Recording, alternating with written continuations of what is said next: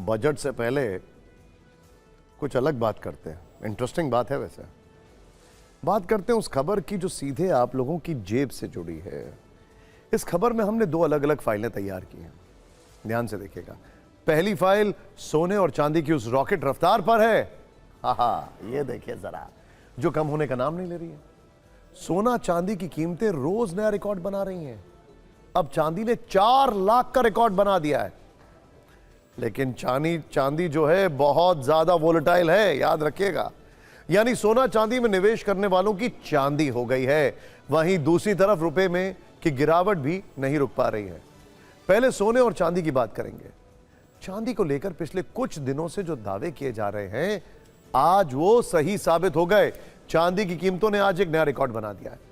चांदी की आंधी में आज 4 लाख का आंकड़ा भी पीछे छूट गया।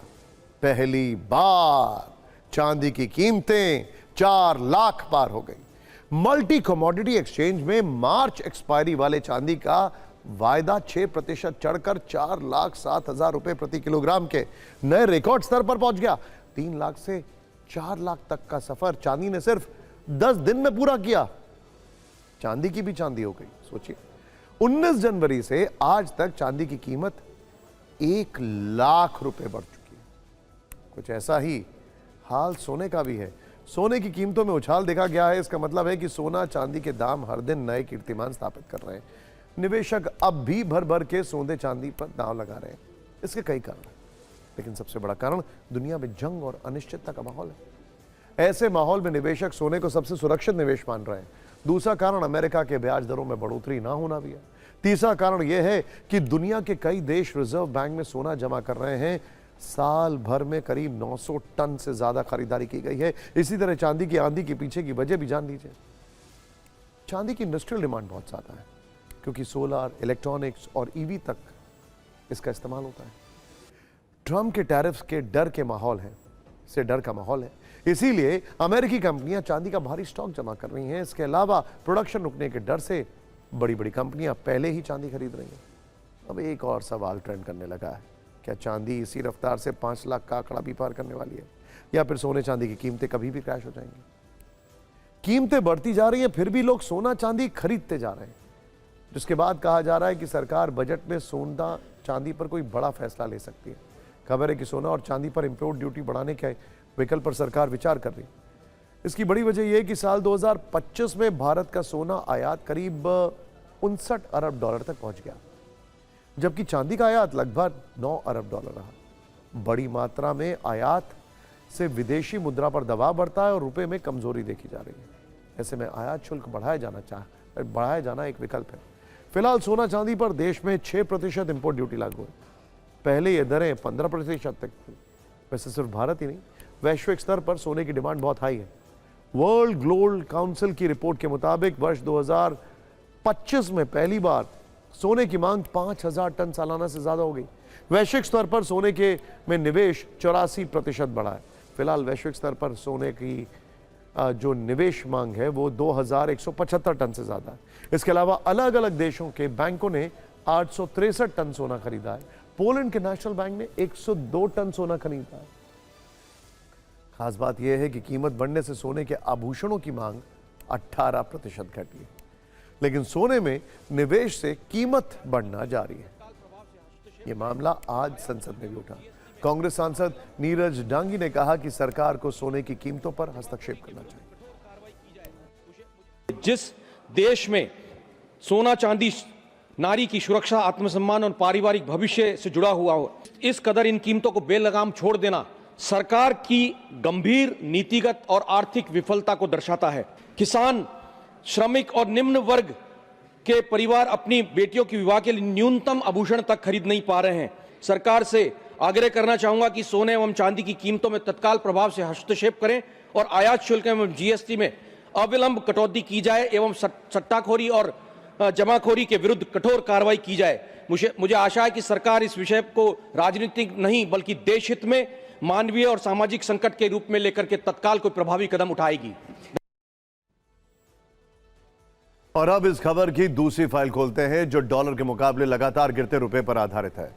पिछले कुछ दिनों से रुपया लगातार कमजोर हो रहा है। बुरी खबर यह है कि रुपया डॉलर के मुकाबले अब तक के सबसे निचले स्तर पर पहुंच गया है, जिसका जिक्र इकोनॉमिक सर्वे में भी हुआ है। आज रुपया डॉलर के मुकाबले 91 रुपए 96 पैसे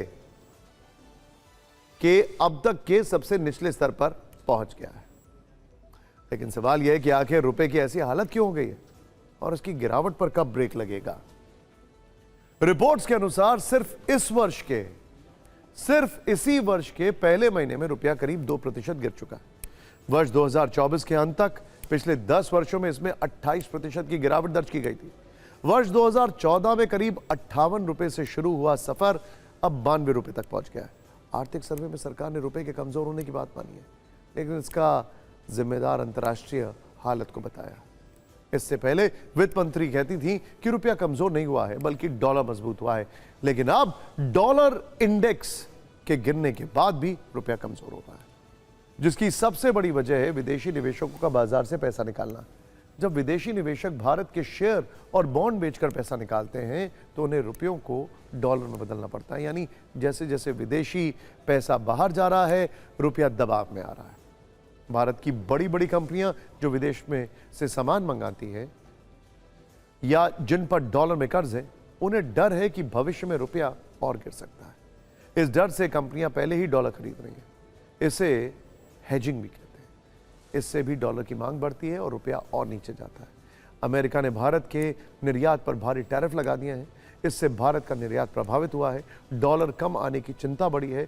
जब देश में डॉलर आने की रफ्तार कम होती है तो रुपये पर दबाव पड़ता है। अब हम आपको आसान भाषा में समझाते हैं कि आखिर रुपए के कमजोर होने का असर कैसे आपकी जेब, आपकी रसोई और आपके बजट पर पड़ेगा और कैसे इससे महंगाई भी बढ़ सकती है। रुपए के कमजोर होने का असर विदेशों से आयात किए जा रहे तेल और ऊर्जा के उत्पादों पर पड़ेगा, क्योंकि भारत करीब 80% कच्चा तेल विदेशों से खरीदता है। इसीलिए पेट्रोल और डीजल महंगा हो सकता है। विदेशों से आने वाले दूसरे सामान भी महंगे हो सकते हैं। तेल की कीमत बढ़ने से ट्रांसपोर्टेशन लागत बढ़ जाती है, जिससे महंगाई बढ़ सकती है। इसके लिए विदेश यात्रा और विदेश में पढ़ाई का खर्च भी महंगा हो सकता है।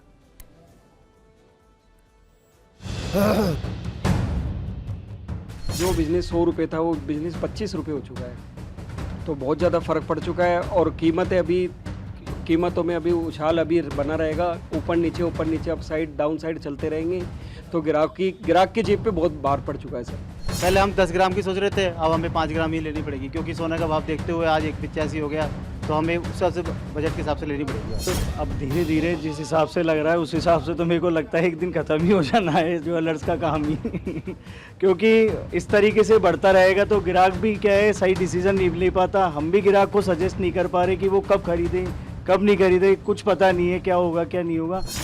इतना इफेक्ट है कि बहुत से छोटे व्यापार तो बेचारे आउट ही हो गए, कारीगर आउट हो गए। अब स्थिति ये है कि ये तो बगैर लगाम के घोड़े की तरफ भगा जा रहा है साथ सोने का भाव। कब कंट्रोल आएगा कह नहीं सकते। जापा हर कंट्री अपने सेफ साइड के लिए सोना परचेज कर रही है, सिल्वर परचेज कर रही है, और सिल्वर बहुत आर्टिकल में भी यूज हो रहा है। इसके लिए हमेशा उसकी डिमांड बरकरार रहेगी।